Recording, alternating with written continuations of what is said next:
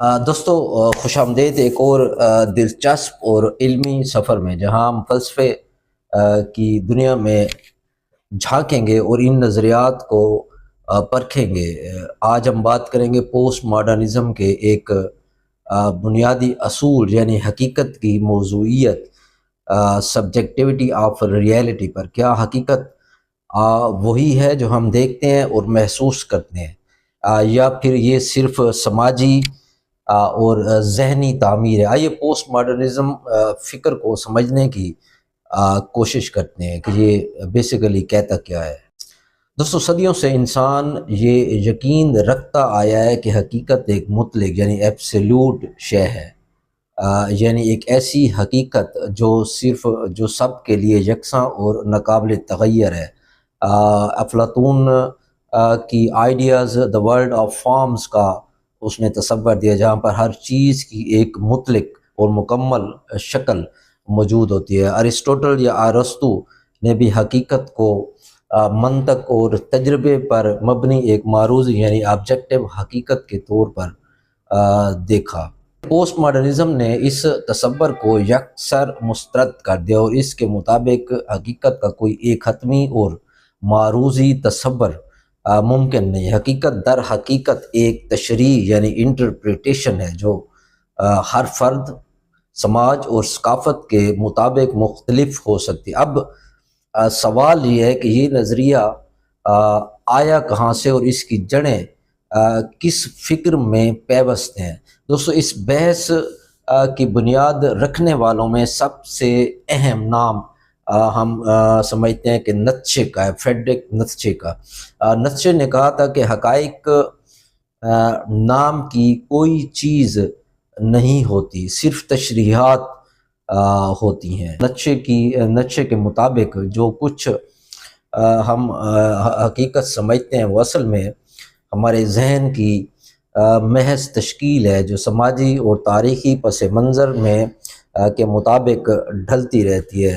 God is read کا اعلان کرتے ہوئے اس نے روایتی اقدار اور حقیقت کے تمام مطلق نظریات پر سوال اٹھایا۔ اس کے مطابق حقیقت طاقتور افراد اور طبقات کی مسلط کردہ ایک تشریح ہے، یہ نہ کہ کوئی آفاقی سچائی۔ نیتشے کے بعد پوسٹ ماڈرن فلسفہ آگے بڑھا اور جیک دریدا آتا ہے۔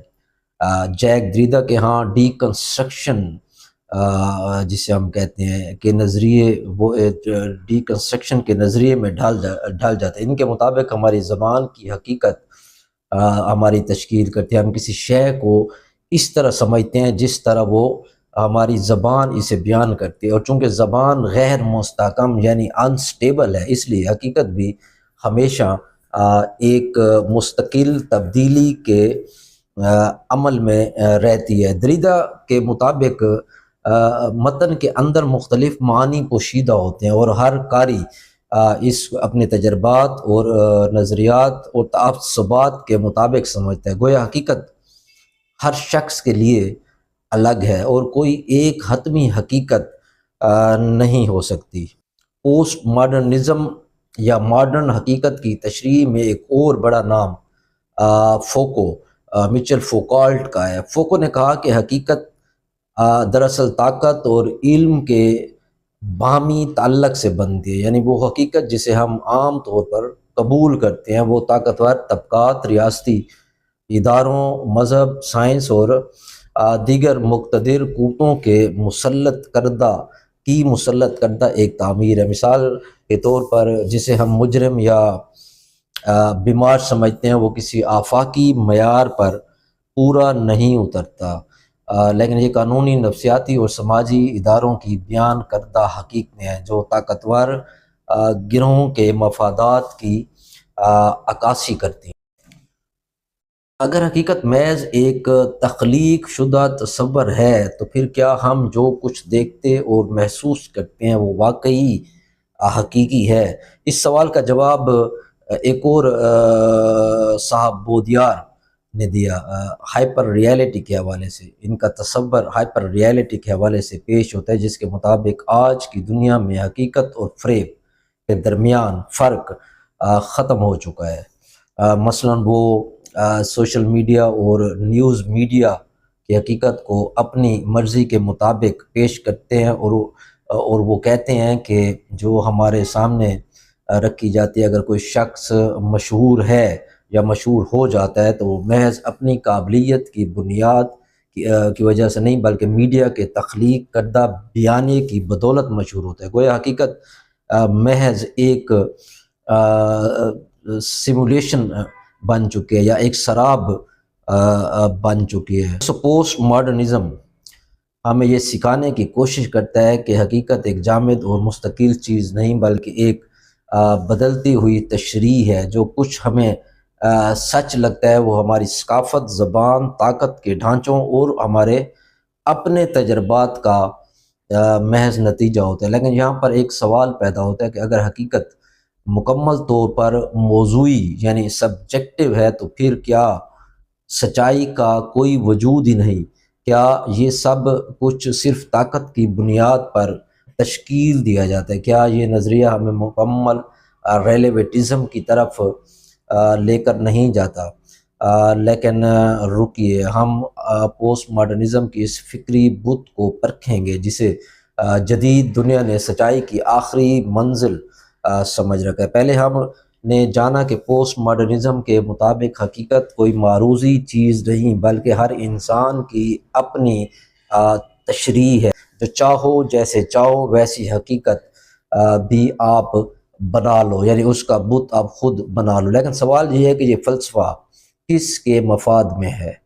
کیا یہ مظلوم یا مظلوموں کے لیے کوئی نظریاتی پناہ گاہ ہے، یا سرمایہ دارانہ استحصالی نظاموں کے ہاتھوں میں ایک نیا ہتھیار؟ دوستو، مارکس کے نظریے کی کسوٹی پر ان کی فکری کرتبوں کو اور ہم دیکھنے کی کوشش کریں گے کہ یہ موضوعی تشریح کس طرح دنیا کے اصل تضادات کو دھندلا دیتی ہے۔ دوستو، ہم نے ابھی بات کی نیتشے، دریدا، فوکو، بودیار جیسے مفکرین کی جو حقیقت کو محض ایک تشریح سمجھتے ہیں، مگر یہاں سوال یہ پیدا ہوتا ہے کہ اگر یہ ہر چیز صرف ایک تشریح ہے تو پھر دنیا میں امیر اور غریب کے درمیان فرق بھی محض ایک تشریح ہونی چاہیے۔ ایک محنت کش فیکٹری میں 14 گھنٹے پسینے میں شرابور ہو کر محنت کرتا ہے اور ایک ارب پتی ٹھنڈے کمروں میں بیٹھ کر منافع کماتا ہے، تو کیا یہ فرق بھی بس ایک سماجی تعمیر ہے یا واقعی حقیقت ہے؟ کیا مارکس نے یہ غلط کہا تھا کہ معیشت اور پیداواری تعلقات یعنی مینز آف پروڈکشن اصل حقیقت ہیں اور باقی سب اس کا عکس؟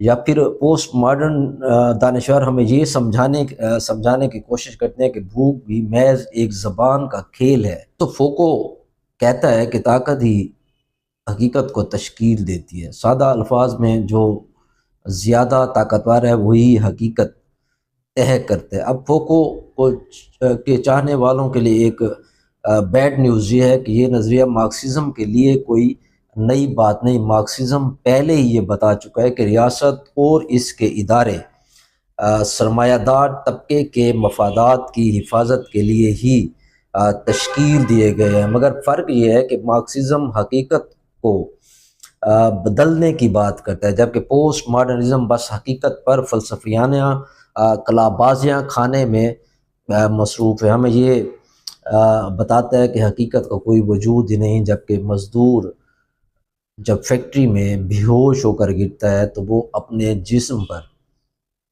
پڑنے والے زخموں کو کسی متن کی تشریح نہیں سمجھتا، بلکہ وہ اس حقیقت کو اپنی کھال پر محسوس کرتا ہے۔ دوستو، یہ فلسفہ کیا ہمیں یہ سکھا رہا ہے کہ اپنے حقوق کے لیے لڑنا فضول ہے کیونکہ سب کچھ بس طاقت کا کھیل ہی ہے؟ یا پھر ہمیں قائل کرنے کی کوشش کی جا رہی ہے کہ دنیا میں جتنا ظلم و ستم، غربت، ناانصافی صرف زبان کی ساخت ہے؟ دریدے کا ڈی کنسٹرکشن کہتا ہے کہ کوئی بھی متن اپنی مخصوص تشریح نہیں رکھتا، بلکہ قاری اسے اپنے طریقے سے سمجھتا ہے۔ اگر ایسا ہے تو کیا مزدوروں کے حق میں لکھی گئی تحریریں سرمایہ داروں کے فائدے میں بھی جا سکتی ہیں؟ کیا انقلاب اور استحصال جیسے الفاظ بس خیالی باتیں ہیں؟ کیا ہم اس منطق کو عدالتوں پر بھی لاگو کر سکتے ہیں؟ کسی قاتل کو یہ کہہ کر آزاد کر دیا جائے کہ آپ کے عمل کی مختلف تشریحات ممکن ہے۔ کیا دوستو سچ اور جھوٹ، ظلم اور انصاف، سب کچھ بس الفاظ کا محض ایک کھیل اور کیا تماشا ہے؟ دوستو اب آتے ہیں ہم بودیار کی ہائپر ریالٹی پر کہ وہ کیا کہتی ہے۔ وہ فرماتے ہیں کہ میڈیا اور سماجی ادارے جو حقیقت میں ہمیں دکھاتے ہیں وہ ایک مصنوعی حقیقت یا سراب، اس حد تک تو ٹھیک ہے، لیکن مسئلہ یہ ہے کہ بودیار یہیں پر آ کر رک جاتا ہے۔ یہ کہنا کہ سوشل میڈیا اور سرمایہ دارانہ پراپاگنڈا اصل حقیقت کو چھپا دیتے ہیں، یہ بالکل درست بات ہے، مگر سوال یہ ہے کہ یہ سب کون کر رہا ہے اور کیوں کر رہا ہے؟ یہ سوال بودیار کے فلسفے میں سرے سے غائب ہے، کیونکہ اگر وہ اس پر بات کرتا تو اسے مارکسزم کی طرف جھکنا پڑتا اور اس کی اشرافیہ پسند فکری محفلیں خراب ہو جاتی ہیں۔ دوستو بودیار ہمیں یہ بتاتا ہے کہ میڈیا حقیقت کو بدل دیتا ہے، مگر یہ نہیں بتاتا کہ یہ نظام چلانے والے کون ہیں۔ وہ ہمیں سچائی کا بحران دکھاتا ہے مگر سچائی تک پہنچنے کا راستہ نہیں دکھاتا۔ دوستو پوسٹ ماڈرنزم کا سب سے بڑا مسئلہ یہ ہے کہ ہمیں مزاحمت کے قابل نہیں چھوڑتا۔ اگر سب کچھ محض ایک تشریح ہے تو پھر مزدوروں کے حقوق کی جدوجہد کیوں کی جائے؟ اگر حقیقت بس طاقتوروں کی دی ہوئی تشریح ہے تو پھر کمزور اپنے حق کے لیے کیوں ہتھیار اٹھائیں یا لڑیں؟ یہ نظریہ ہمیں انقلاب سے دور لے جا کر اپنے جال میں پھنساتا ہے۔ یہی وجہ ہے کہ سرمایہ دار طبقہ اس نظریے کو خوب پسند کرتا ہے، کیونکہ اس سے عوام کے ذہن میں انتشار پیدا ہوتا ہے، وہ ایک واضح دشمن کو پہچان نہیں پاتے اور آخرکار وہ جد و جہد کے بجائے محض فکری مباحثوں میں الجھ کر رہ جاتے ہیں۔ مارکسزم کہتا ہے کہ حقیقت کو سمجھنے اور بدلنے کی ضرورت ہے، جبکہ پوسٹ ماڈرنزم بس ہمیں اس الجھن میں ڈال دیتا ہے کہ حقیقت ہے بھی کہ نہیں۔ یہ نظریہ ہمیں سوچنے پر تو مجبور ضرور کرتا ہے مگر عمل کرنے سے روک دیتا ہے۔ دوستو یہ فلسفہ کسی مظلوم کے زخموں پر مرہم نہیں رکھ سکتا، کسی محنت کش کو اس کے حقوق نہیں دلا سکتا، کسی بھوکے کے پیٹ کی آگ کو نہیں بجھا سکتا۔ لہٰذا حقیقت کو دھندلا مت ہونے دیجیے اور حقیقت کو سمجھنے کی کوشش کیجیے۔ آپ لوگوں کا بہت شکریہ اور ملتے ہیں کسی اگلے دلچسپ ٹاپک کے ساتھ، اور چینل کو ضرور سبسکرائب کر لیجئے گا۔ آپ کا بہت شکریہ۔